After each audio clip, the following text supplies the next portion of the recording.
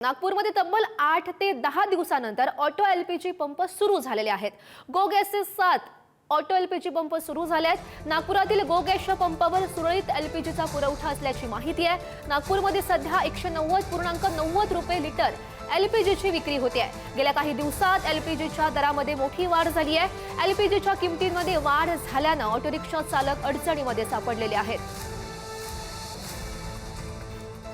टंचाईचा सामना मोठ्या प्रमाणात करावा लागत आहे आणि त्याचा परिणाम जो आहे तो ऑटो एलपीजी म्हणजे वाहनात भरणाऱ्या एलपीजीवर परिणाम दिसून येत आहे आणि त्यामुळे गेल्या अनेक दिवसांपासून नागपुरातील अनेक एलपीजीचे ऑटो पंप आहेत ते बंद होते। आता ते सुरू झालेले आहेत, मात्र दर जे आहेत ते मोठ्या प्रमाणात वाढलेले आहेत। आजचा जर विचार केला तर आजची किंमत आहे ऑटो एलपीजीची 119.90 रुपये म्हणजे जवळपास 120 रुपयांवर ही किंमत पोहोचलेली आहे आणि त्याचा जो फटका आहे तो सर्वसामान्य वाहन चालक आहेत त्यांच्यावर पडत आहे। खास करून ऑटो रिक्षा चालक आहेत त्यांच्यावर याचा मोठ्या प्रमाणात परिणाम पडतोय। मोठ्या प्रमाणात जे आहे ते ऑटो चालक आहेत त्यांच्या व्यवसायावर परिणाम झालेला आहे।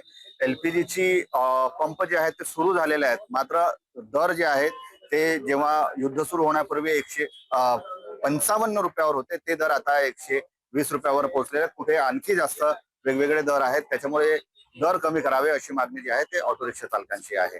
जितेंद्र शिंगाडे, पुढारी न्यूज, नागपूर।